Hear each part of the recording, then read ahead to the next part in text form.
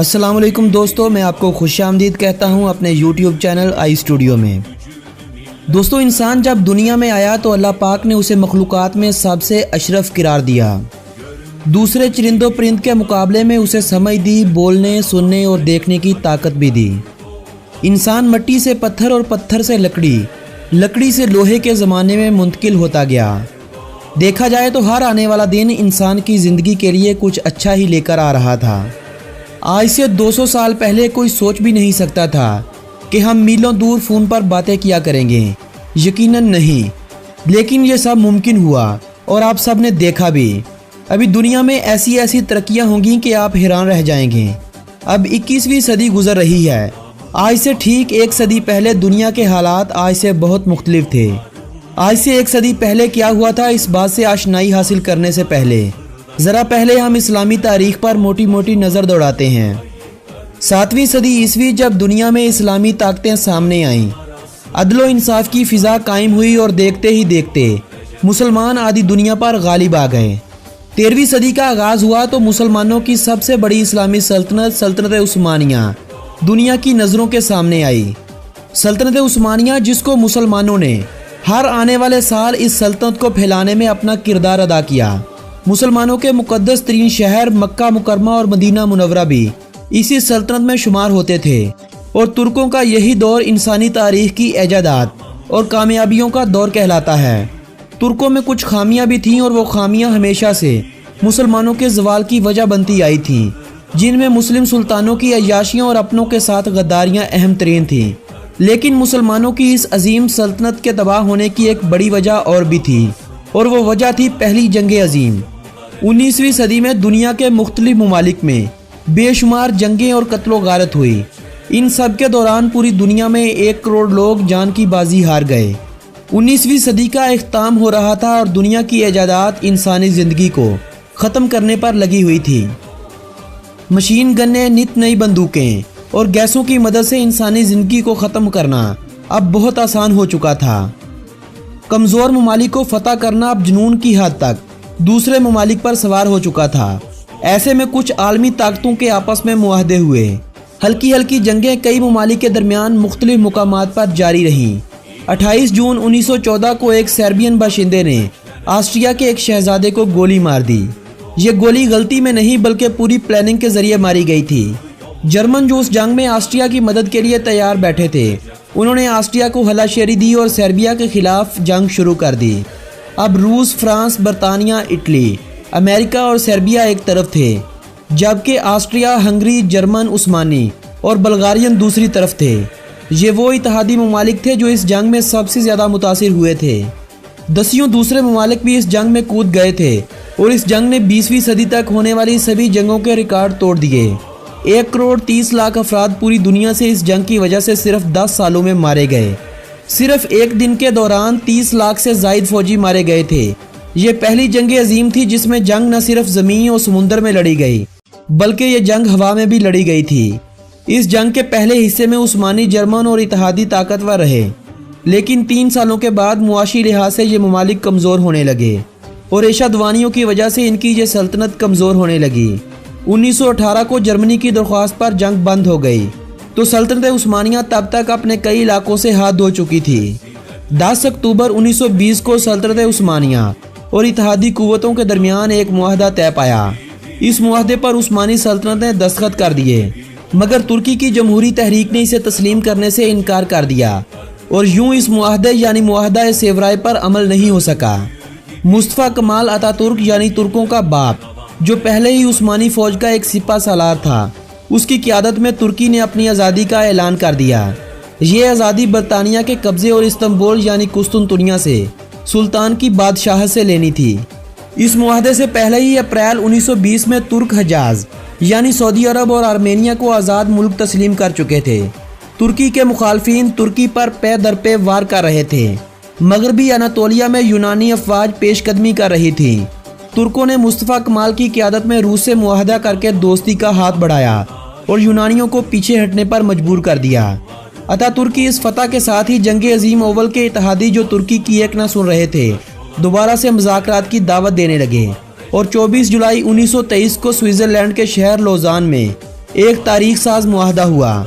मुआहदा ए लौज़ान, जिसे तुर्की के लोग तुर्की की अजीम फतह भी समझते हैं और तुर्की की कैद भी। इस मुआहदे के साथ ही मुआहदा सेवराय को तुर्की के हक में ख़त्म भी कर दिया गया, मगर अगले 100 सालों के लिए तुर्की को बांध दिया गया।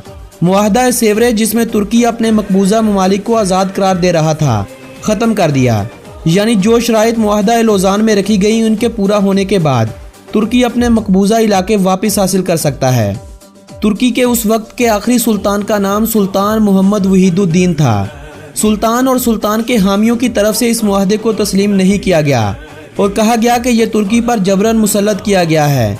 जो मुआहदा कमालियों और जंग अजीम के इत्तेहादियों के दरमियान किया गया, इसके नतीजे में सुल्तान की सारी अमलाक जब्त कर ली गई थी। 3 बर्रे आज़मों पर फैली मुसलमानों की खिलाफत यानी खिलाफत उस्मानिया का खात्मा कर दिया गया, जिसके खात्मे के बाद दुनिया में 40 नए मुल्क वजूद में आए।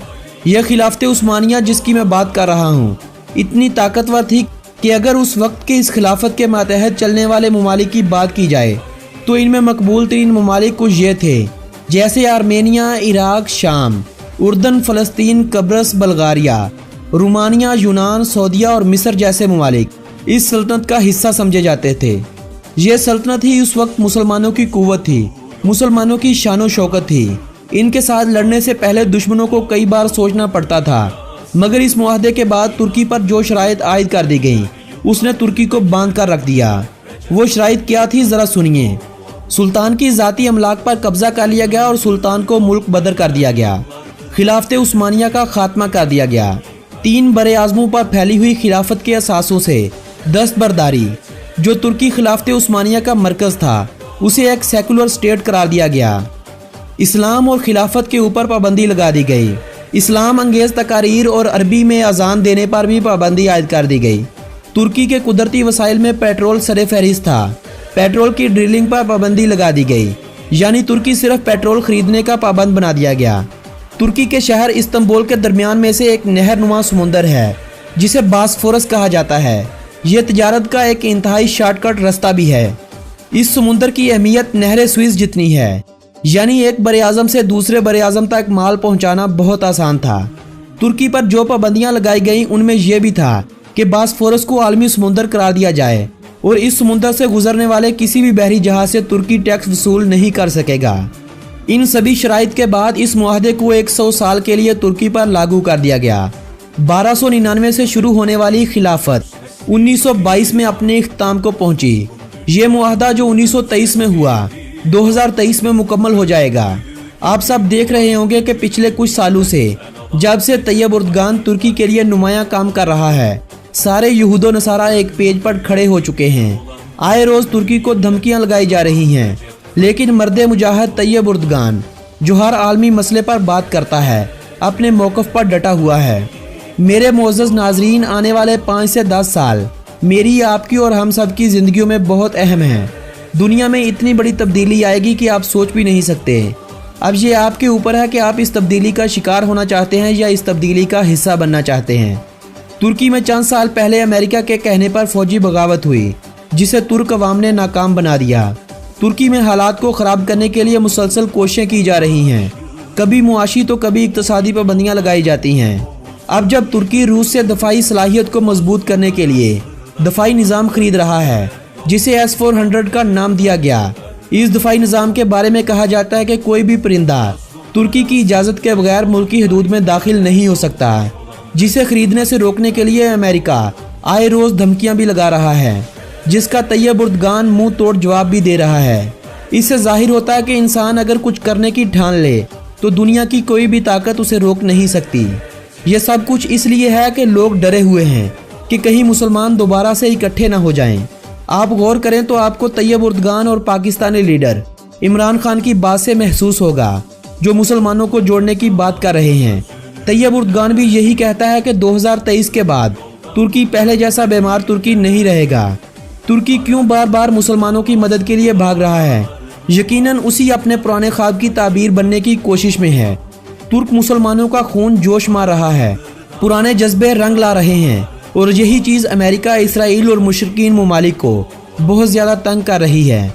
2023 के बाद तुर्की बास्फोरस से गुजरने वाले हर बहरी जहाज से टैक्स वसूल भी करेगा। अपनी ज़मीन और दूसरे ममालिक में आयल पर इन्वेस्टमेंट भी करेगा।